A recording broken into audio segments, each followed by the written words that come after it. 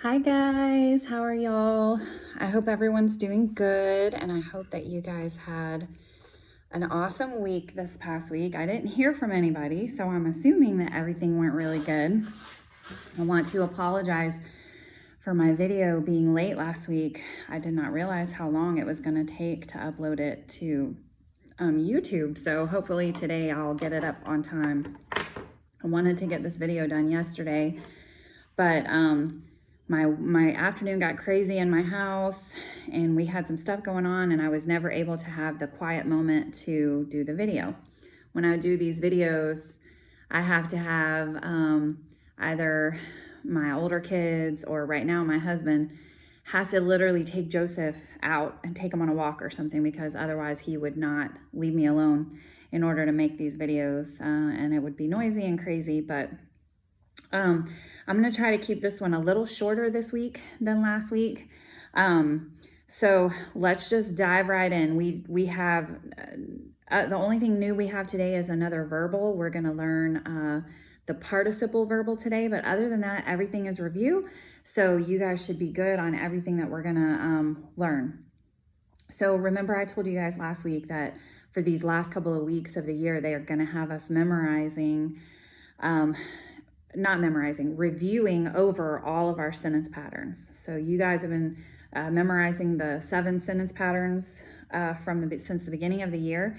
Last week we reviewed the first 2, which was subject, verb, intransitive, and subject, verb, transitive, direct object. This week we're going to memorize the next 2 that we did, which had to do with our verb linkings. So that was our SVL-PN and SVL-PA sentence pattern.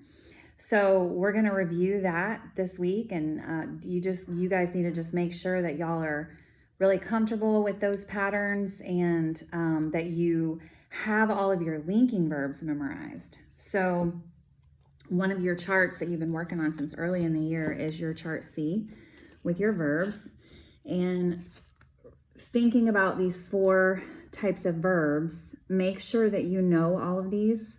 Last week we reviewed the first 2 using those first 2 patterns, but the pattern today uses this 3rd type of verb, which is a linking verb, and you guys should know the definition. So a linking verb makes an assertion by joining 2 words. Okay, so you're joining 2 words. Remember, you should be able to insert an equal sign in place of the linking verb and it makes sense. All right, and the thing with linking verbs is there is a definite list of them, and you need to make sure that you have these linking verbs memorized. So feel, become, remain, taste, seem, appear, look, sound, stay, smell, grow, am, are, is, was, were, be, being, been. Those are all the forms of be as well, to be. So make sure that you have all of those memorized. Knowing those linking verbs and having them memorized helps you when you get to this kind of pattern, okay? So let's look at the first one, which is that SVL-PN. Now remember, this PN stands for predicate nominative. That is one of our noun usages. That's a noun job. So these are nouns, okay? So you're going to have a subject noun and then a predicate noun. Now, the linking verb is what is making the assertion and joining these 2 words. Remember, think that you should be able to put an equal sign where that linking verb is, and it makes sense, okay? So let's look at this sentence here. The bear is a carnivore. Okay, so can y'all see that? Move my camera back just a tiny bit. All right, so the bear is a carnivore. Who is a carnivore? Bear, subject noun. What is being said about bear? Bear is. Verb. Okay, bear is what? Carnivore. Now this is where that next question becomes really important. Can carnivore replace or rename bear? And the answer to that question is yes. And then I always like to take it a step further and ask a second question. Does bear equal carnivore? If that answer is yes, and it makes sense to replace this with that equal sign, then you know that this is a predicate nominative. Okay, so right here, you should be able to put that equal sign, and then you know that is a verb linking. All right, and then you just have a couple of articles in that sentence. So that is your SVLPN. You guys should be super familiar with this at this point. Now, the second pattern that is very similar to this and goes along with this is the SVLPA. Okay, this is an adjective. All right, so instead of renaming your noun like a predicate nominative does, the predicate adjective is going to describe your noun. So let's look at an example of that. The lion seems hungry. Okay, the lion seems hungry. Who seems hungry? Lion. Subject noun. What is being said about lion? Lion seems. Verb. Lion seems what? Hungry. Can hungry rename or describe lion? Yes. Does lion equal hungry? Yes. That's where you know you have the predicate adjective. You can replace this with an equal sign. This is your verb linking. Okay? All right. So that is make sure that you are super familiar with those two patterns and being able to ask those questions from your question confirmation, and also being able to distinguish between which one is a predicate nominative and which one is a predicate adjective. If it's describing and it's not a noun, which is a person, place, thing, then it's going to be that adjective form. Okay, so because you're going to be working with this pattern, one of the things that they want you to review this week is your adjectives chart. So going over the charts for the next few weeks, and even after, for those that when we end before the end of April, and some of you still like to maybe school into May a little bit, going over these charts, testing yourself and making sure that you have the memorization down of all the charts in this trivium table is a good thing to do. So any of the charts that you're weak on, continue to write them, copy them, try to get to where you can be given a blank sheet of paper and write that chart and create it on a blank sheet of paper, okay? So this week, your review chart is chart L, okay? I have some scribble on my trivium table there. Sorry about that. But this is chart L, and it's your adjectives chart. Okay. So copy this chart a few times this week. Make sure that you understand everything that the chart is saying. And that by the end of the week, you could be given a blank sheet of paper and recreate this entire chart. Okay. So that is what they want you to review this week. One of the big things to know about the adjectives are what are those adjective questions? What questions, when you're question confirmationing sentences, trying to parse and figure out what part of speech you have in your sentence, what questions do you ask for adjectives? Okay, so the most important thing I think to know about the adjectives are those questions. Same thing with adverbs, and the adverbs has a lot more questions to memorize. But the adjective questions, what kind, how many, which, whose. All right, so those are the questions you're going to ask about the adjectives. Make sure you know those. All right. Okay, so thinking about this sentence right here, the bear is a carnivore. Take a few minutes on your sheet of paper and add a few adjectives into this sentence.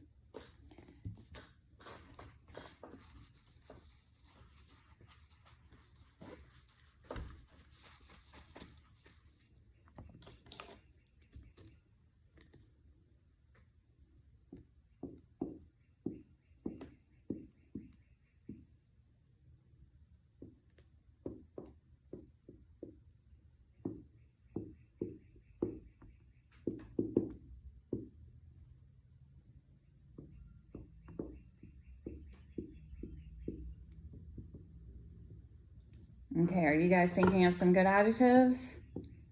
Getting some adjectives into that sentence? All right, so I'm writing my sentence here with some adjectives added in.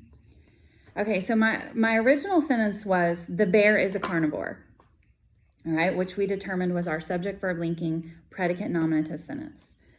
Okay, now this is what I did to change my sentence. Okay, I added some modifying adjectives into there, all right? So now my sentence says, the huge black bear is a ravenous, growling carnivore. Okay, so do you guys see the adjectives that I added? My main sentence is still, the bear is a carnivore. But I've added some adjectives to modify bear. So I have, what kind of bear? Huge. What kind of bear? Black. All right. And then I also added some adjectives to modify my predicate nominative. Remember, adjectives modify nouns or pronouns. So this predicate nominative, carnivore, is a noun. That's a noun job. So it can have adjectives that modify it. So the first adjective that I added to modify my predicate nominative is ravenous, which is a word that, if you don't know, it means that you're starving. You're very, very, very hungry.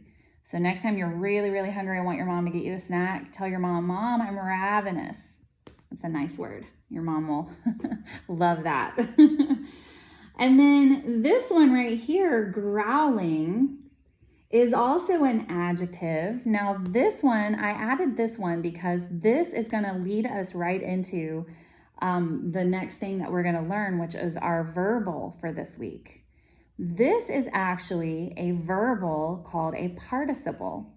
So to growl is actually a verb, and this is the present participle form of the verb. So it's the verb plus ing, but it's used as an adjective, okay? So it's the growling carnivore. And that is what we're going to learn this week as far as our new verbals goes, which is remember, you're going through Chart Q, and it's going to take us a few weeks. Last week, we learned the infinitive. This week, you're going to work with the participle. And what the participle is it's a verb that ends in ed, en, or ing used as an adjective, okay?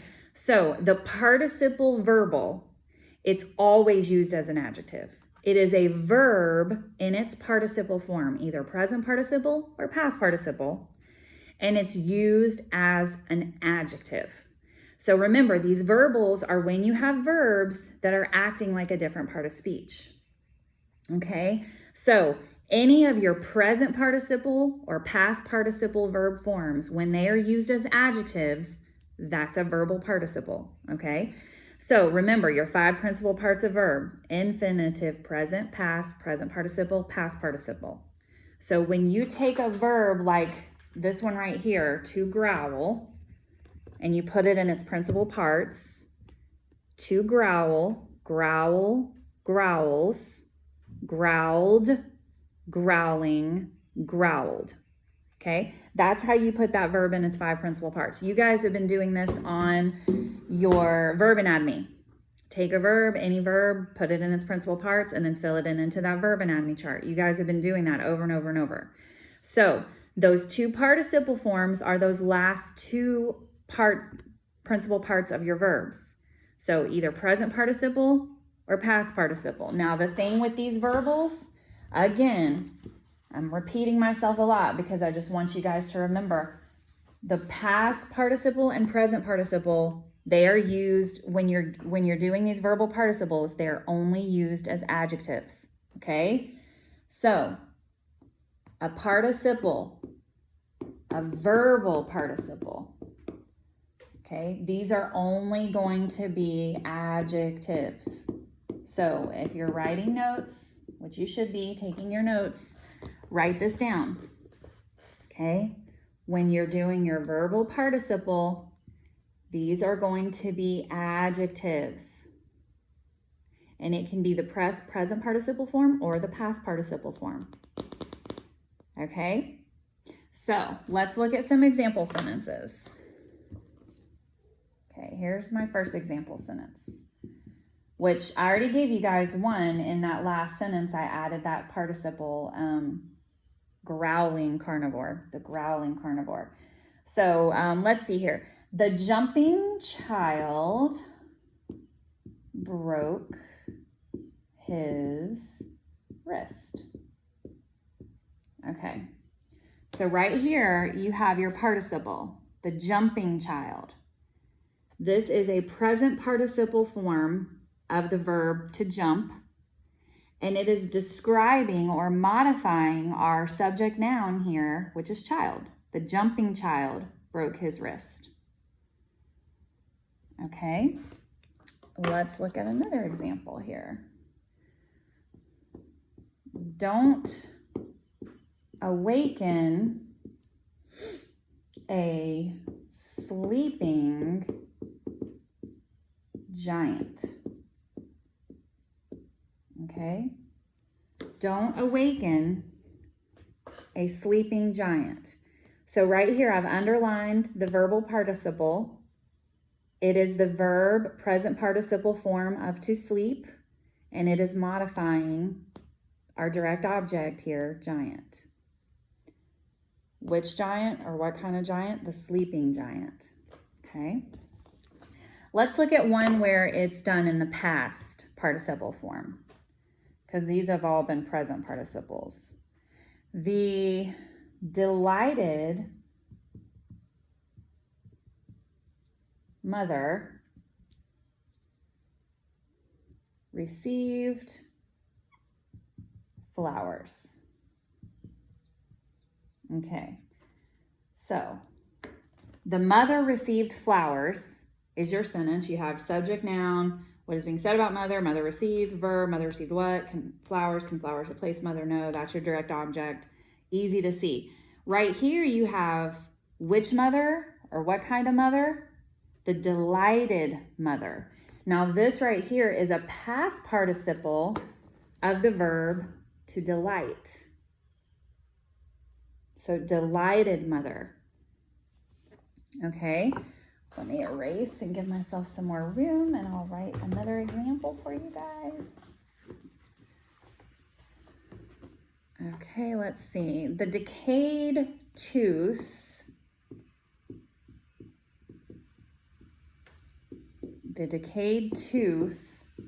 caused, sorry for my messy handwriting here, I'm trying to write fast, caused her pain. Okay, so I'm going to underline our participle there. The decayed tooth caused her pain. Decayed is the past participle form of the verb to decay, and it is modifying our subject noun tooth here. Decayed tooth. Okay? Now, the way that you diagram these participles is normally, think about the way that adjectives work. They usually go on a slanted line under the word they modified. Now, these participles that are being used as adjectives are also going to go underneath the word they modify, but instead of being on a straight line, you're just going to curve the line. And that is just going to give you that differentiation or distinction that it is a verbal adjective. Okay, so for example, your subject here is tooth. I just for the sake of time, I didn't parse this whole sentence. But this is a subject, verb transitive, indirect object, direct object pattern. So I'm just going to do this really fast just so I can show you guys how the verbal is parsed. So your indirect object is her, your direct object is pain. Okay, so we're going to go over this sentence pattern actually next week, but you should be familiar with it and recognize it. That's your main sentence. Tooth, subject, verb, caused pain to her. So that's your indirect object. Okay, so you have an article adjective, which is just going to go like normal under the word tooth, which you guys have been doing all year, so that should be nothing new. And then for this verbal here, it's still going to go under the word it modifies, but it's going to be, you're going to curve the line. And you're going to write that verbal, just have it follow the swoop of the curved line. Okay, so it'll look like that. It's not going to be on a straight line. It's going to have a nice curve to it. Okay. Now participles, these participles can also sometimes come in a phrase. Okay, so they can have their own modifiers as well, just like I was saying last week. They can retain their verbiness and have some of their own modifiers. So I'm just going to hold up my lesson plans for you so you can see this instead of writing it out. Okay, so look at this sentence right here. Struggling vigorously, the disciples fell asleep. Okay, so this right here is your participle, struggling, and it has its own ly adverb that modifies it. How were they struggling? Vigorously. Okay, so struggling vigorously, the disciples fell asleep. That's going to be that verbal participle, and it has its own modifier, an ly adverb. Look at the next one. Labeled a failure, the sad child cheated on the exam. Okay, labeled a failure, the sad child cheated on the exam. Now, these are modifying your word child. Okay, and this right here is the past participle form. It's the verb to label, and it's the past participle form, and it's this is modifying child. Which child? The child labeled a failure. Okay, so it has its own modifiers there. So sometimes these participles can be phrases. Now, what you don't want to do is confuse it with a verb phrase. So that's what you have to be careful of, is that sometimes you have the a verb phrase because it has a helping verb, and you want to make sure that you're not confusing that with this participle verbal. Okay, remember, these participles act as adjectives. All right, so for example, if you look at my notes here, for example, John was laughing at his brother. Okay, so you see that word laughing, and it's the present participle, you know, the verb plus ing, and you're immediately going to start to think, oh, it's participle. But it's not an adjective. It's actually the verb of the sentence, was laughing. All right, John was laughing is your verb phrase in that sentence. Okay, John's mother is calling him for lunch. John had laughed at his brother. Okay, so that's a helping verb and the verb of the sentence. Okay, so just make sure that you don't confuse that. Now look at this sentence because it has both examples in it. Okay, the boys were swimming in a rushing river. Okay, who was swimming in a rushing river? Boys, subject noun. What is being said about boys? Were swimming. Were is your verb helping. Swimming is your verb transitive. Actually, no, it's a verb intransitive. I was wondering why I put an I there. This is a prepositional phrase, in a rushing river.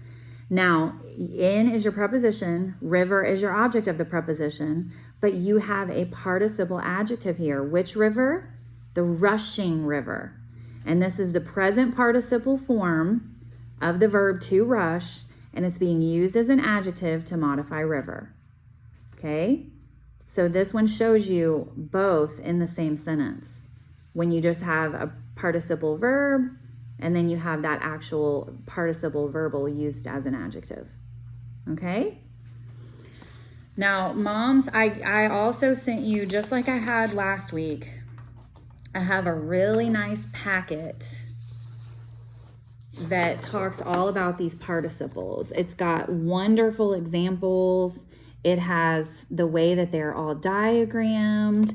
Really good, helpful information on these participles. I've already emailed that to you. So this gives you lots more practice. Look, there's lots of example sentences you can do, and they're all diagrammed for you to show you how these participles work.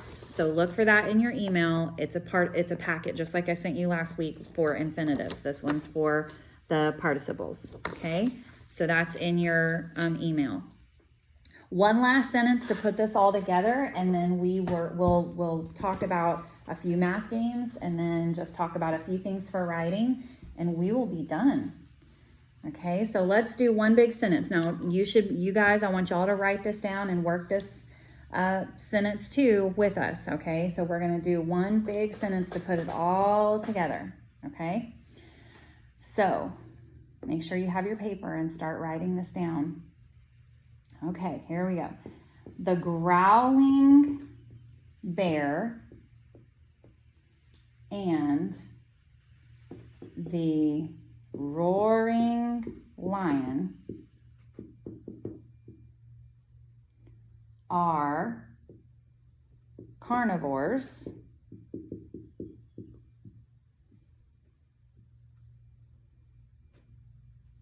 Oh, sorry, I missed something. Who are carnivores?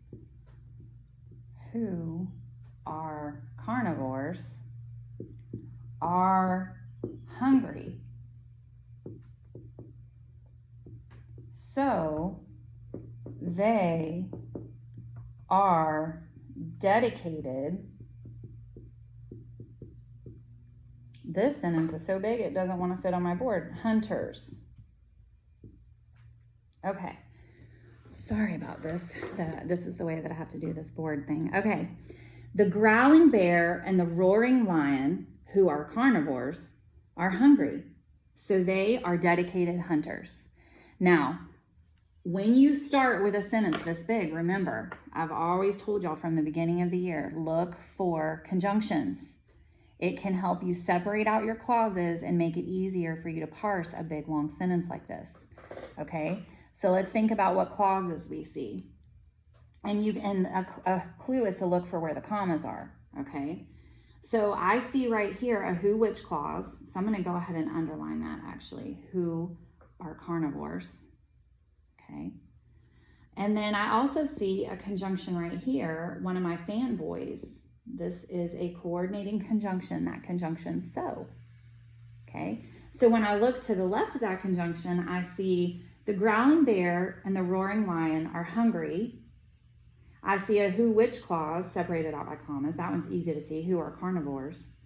And I also see to the right of this conjunction, another independent clause. They are dedicated hunters. Now, the structure of this sentence is compound complex, which is what we learned last week. Compound complex has at least two independent clauses and at least one subordinate clause, okay? So I have here two independent clauses. Independent clause 1, the growling bear and the roaring lion are hungry.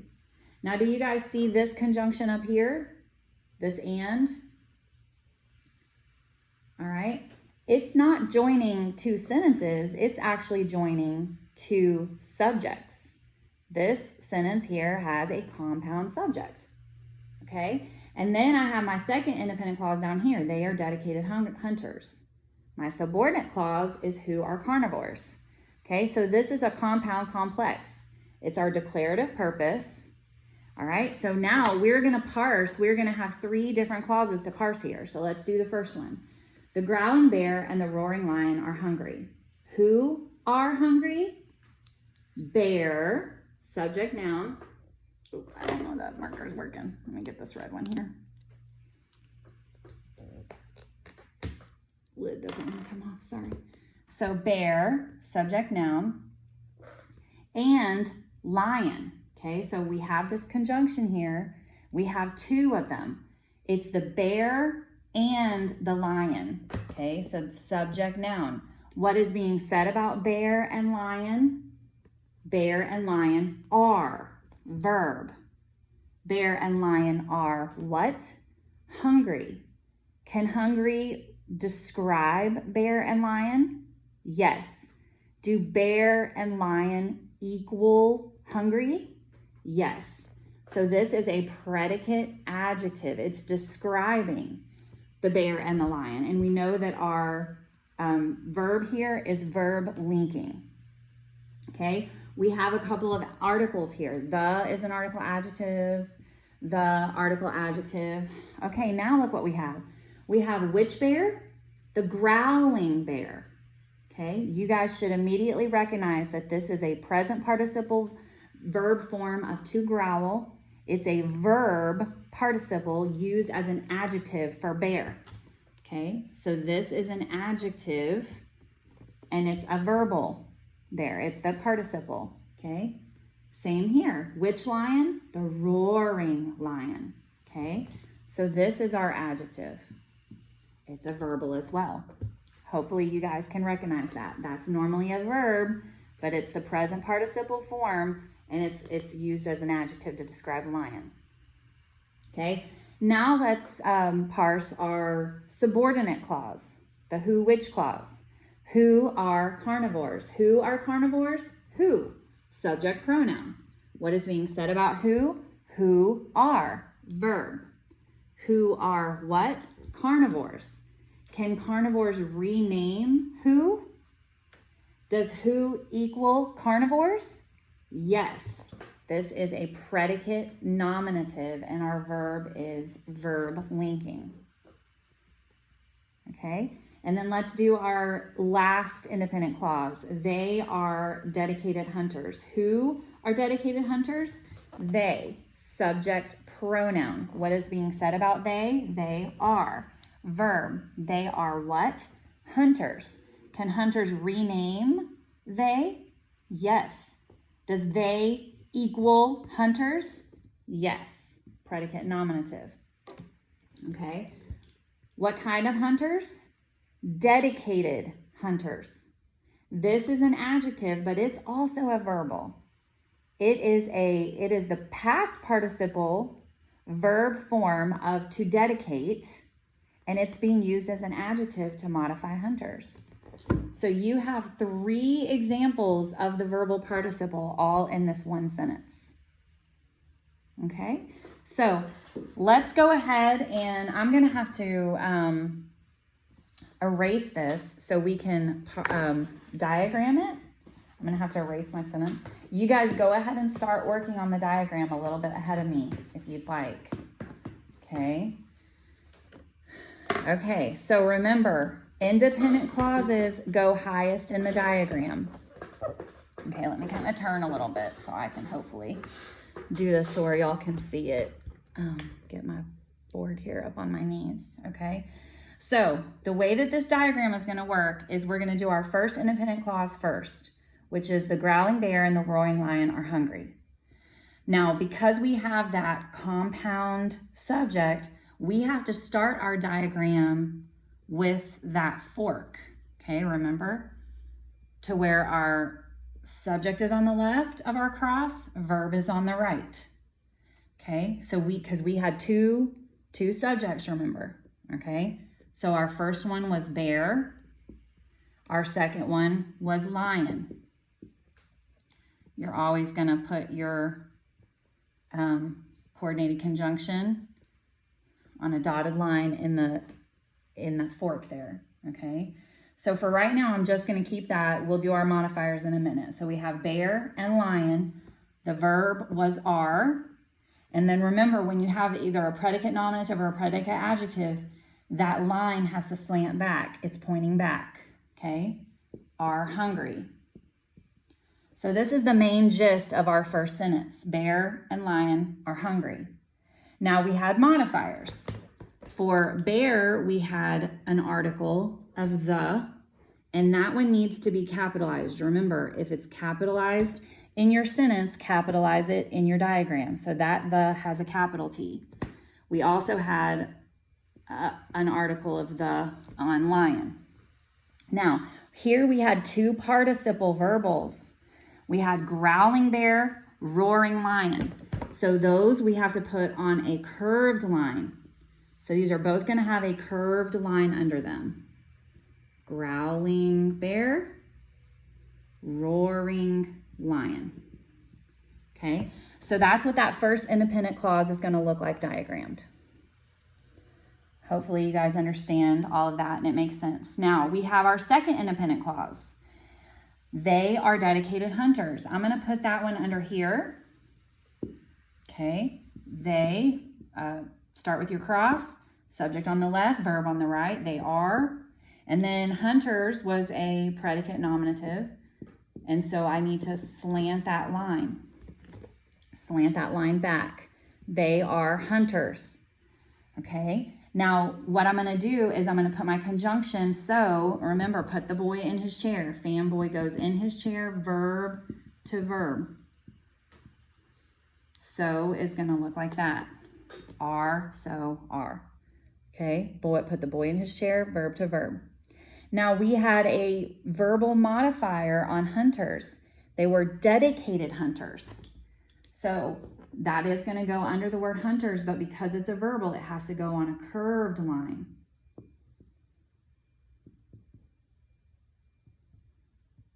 So it's going to look like that. Dedicated hunters. And then we have our who, which clause. Okay, our who, which clause is modifying the growling bear and the roaring lion. They are carnivores. Who are carnivores? So what we have to do is we have to come, I'm actually going to kind of put it right here instead of under here because I don't want it to look like it's only attached to lion because this who, which clause goes with bear and lion. So I'm going to come right here. It normally would be able, what you would want it to come straight down, but I made my, actually, let me just move it over just a little bit so we can kind of make it look straight because it doesn't need to be slanted. But I'm going to come from right here and I'm going to do a straight line going down. And then I'm going to attach my who to that. Okay, who are carnivores.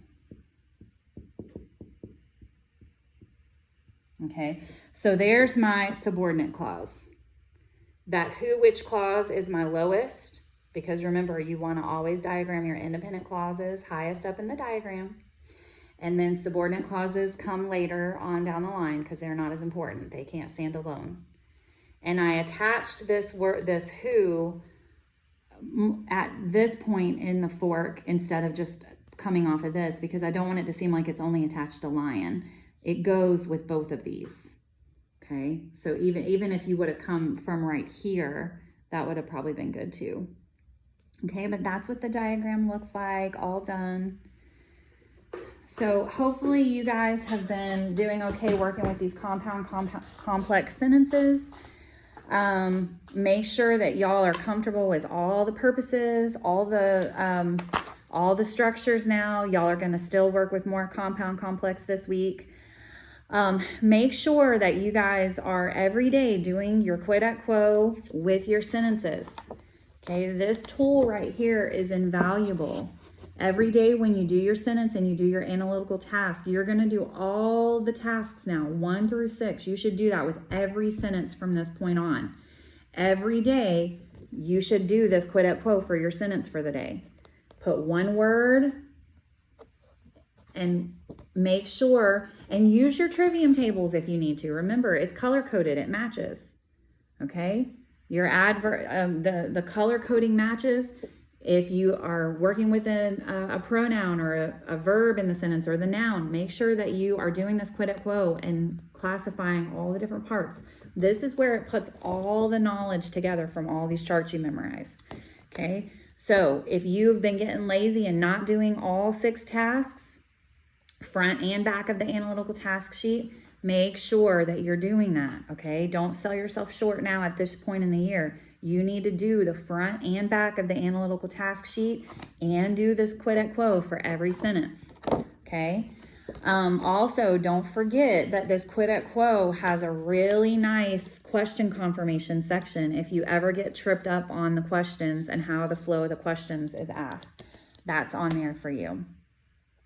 I also wanted to remind you to keep working the verb anatomy. I haven't been, normally if we were in class, I would give you a blank verb anatomy chart so you could fill out one for the week.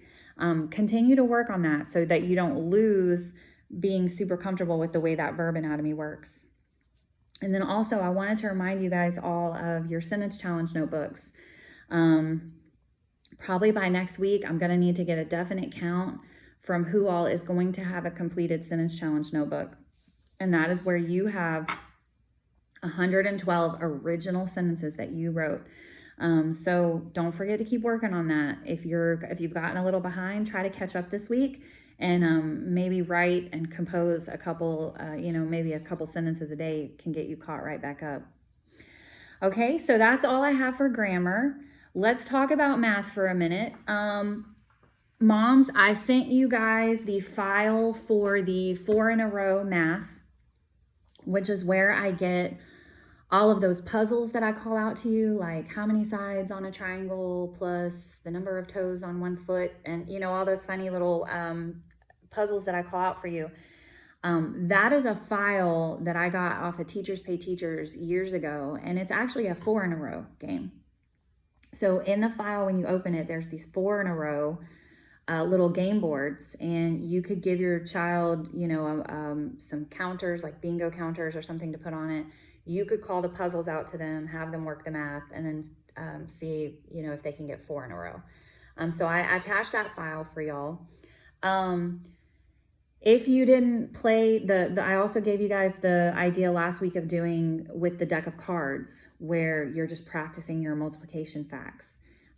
If you weren't able to increase your time a lot and get a lot quicker with it each day when you were working your multiplication facts, keep working through that. It's a really good skill, and it's something you can do on your own independently, is just take a deck of cards, flip 2 cards over, multiply, get the product, and then keep going and see how long it takes you to get through the whole deck. And then shuffle the deck, try again, and try to increase your time. The other thing that I sent you guys, Mom, is this little menu. This is a menu that I've had forever. This one has a little smudge on it, but I sent you guys this menu, and it's like a menu just of items with prices beside them of restaurant menu items for like a little Mexican restaurant. And what I like to do with this, moms, is give the kids some real life practical math skills of adding up money. And what you can do is, for example, things like this, where say, okay, I'm going to give you $30. All right.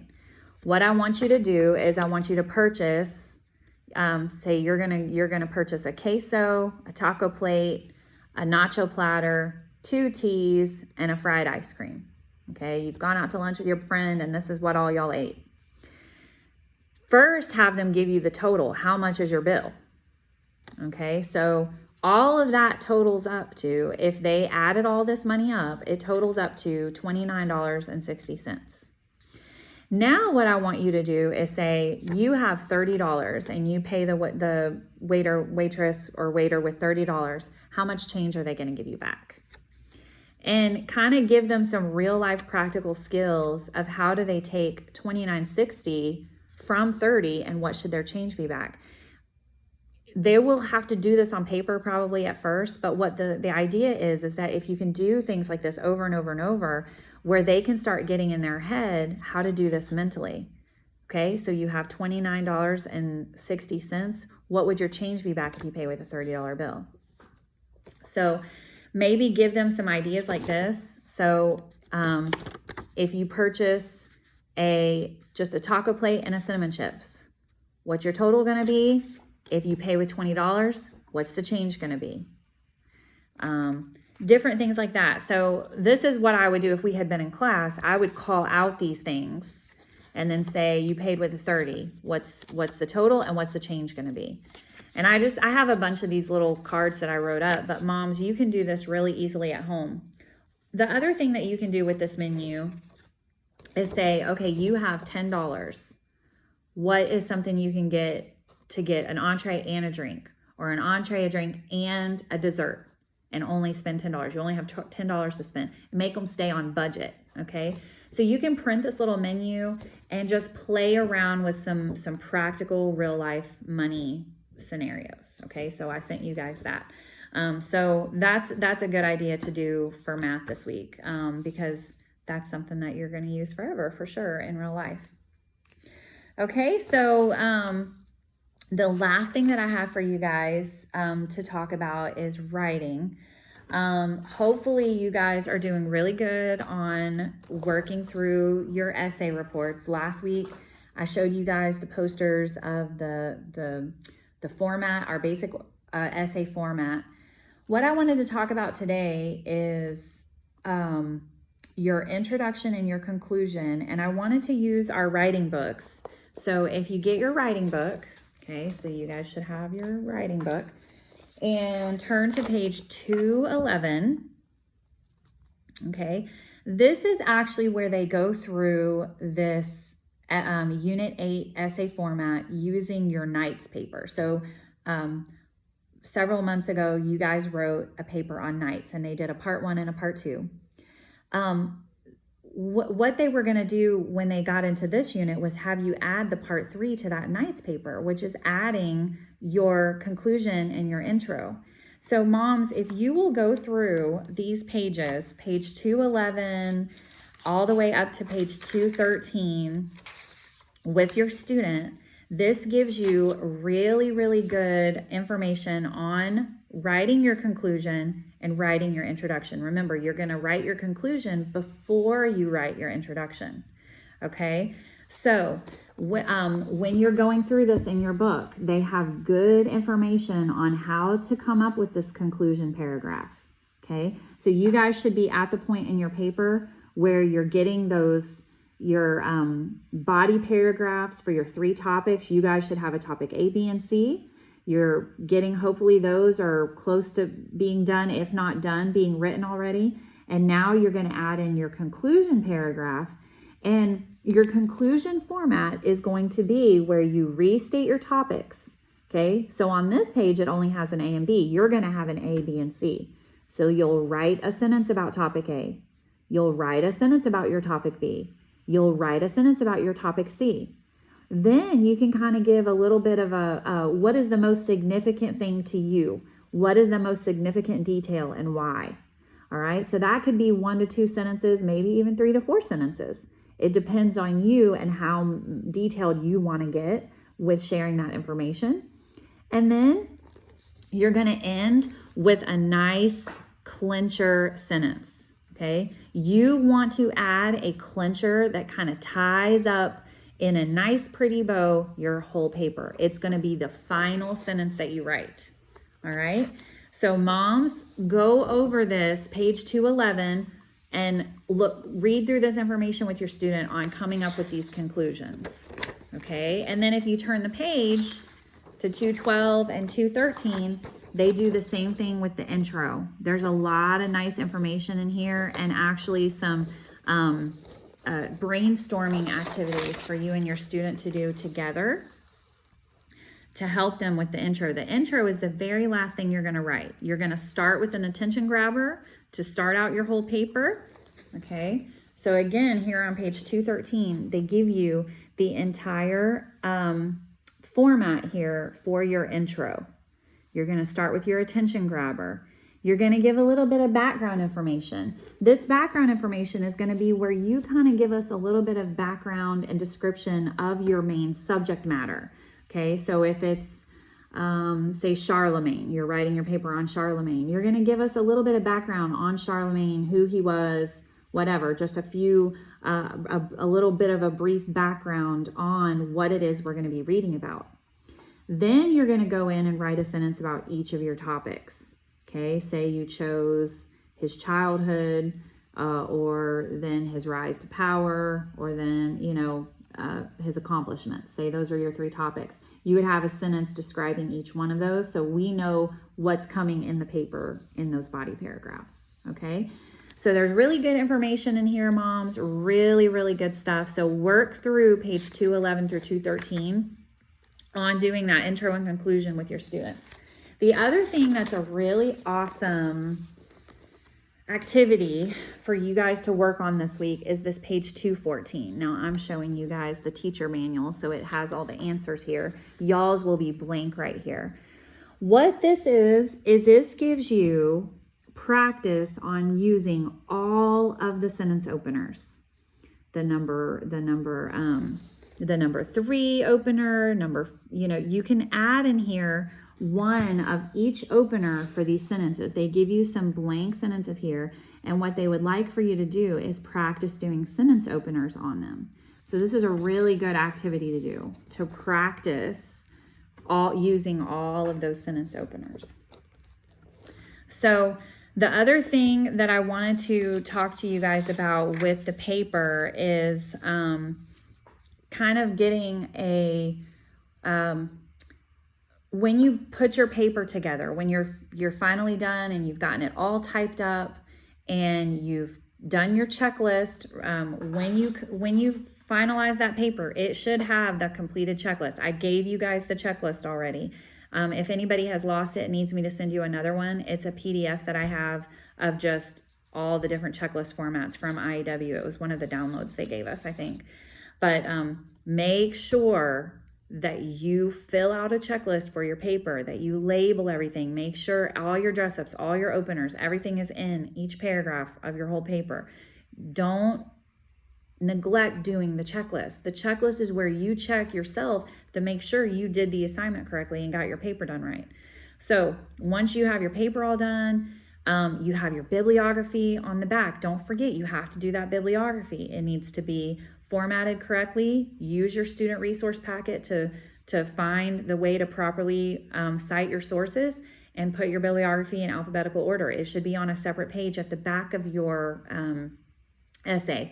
And then once you have your checklist on the top of your essay, that's all filled in and you've added all your numbers up, what I would like for you guys to do is put this report in a nice report cover or a folder. You can get these report covers really cheaply at Walmart or at the dollar store.